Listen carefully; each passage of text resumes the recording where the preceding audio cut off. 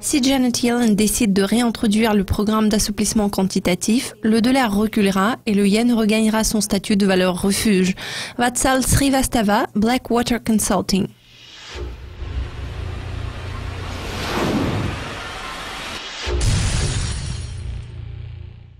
Ce lundi, le dollar a augmenté de 0,26% contre le yen. Quels sont les facteurs derrière cette augmentation? Lundi, il n'y avait pas de raison fondamentale pour cette progression de la paire dollar-yen. Dimanche, nous avons enregistré une cassure du support fondamental de 116,5. Puis lundi, nous avons vu un repositionnement des contrats à terme sur le Nikkei car ils ont baissé. Je crois que ce repositionnement s'explique par le fait qu'il y a eu beaucoup de traders qui ont décidé de profiter de la situation et de prendre leurs bénéfices sur les niveaux de 116,5 et de 117. Je m'attends à davantage de couverture de position à découvert à court terme et puis nous pourrons voir une nouvelle baisse. La production industrielle japonaise a déçu les attentes lundi. Faudrait-il envisager une faible croissance économique dans les prochains mois?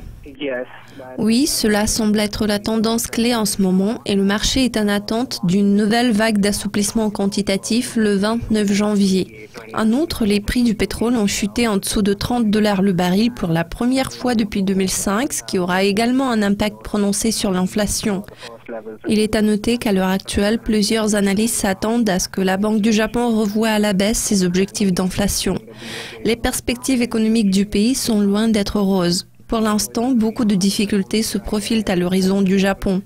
Pourtant, espérons pour le mieux.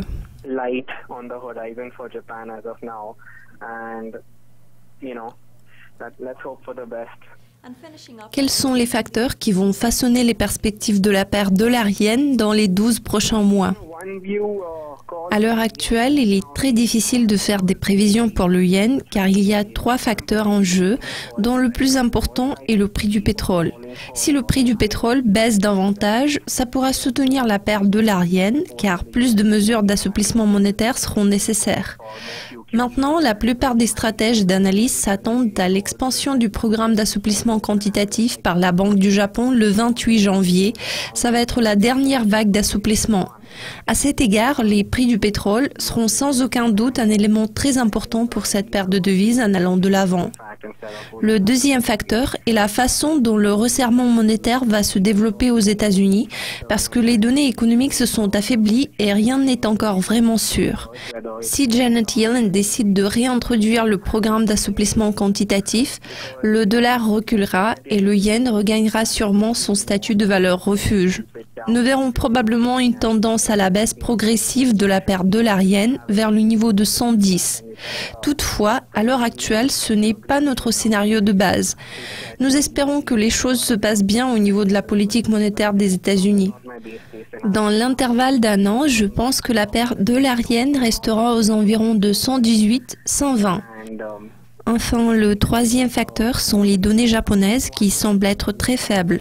L'inflation est basse, donc beaucoup de choses vont dépendre des nouvelles réformes structurelles qui doivent être mises en œuvre parce que celles qui avaient été lancées au cours des 2 dernières années en termes de politique monétaire n'ont pas eu beaucoup d'effet et Shinzo Abe a besoin de mettre en œuvre certains ajustements budgétaires par le biais de nouvelles réformes.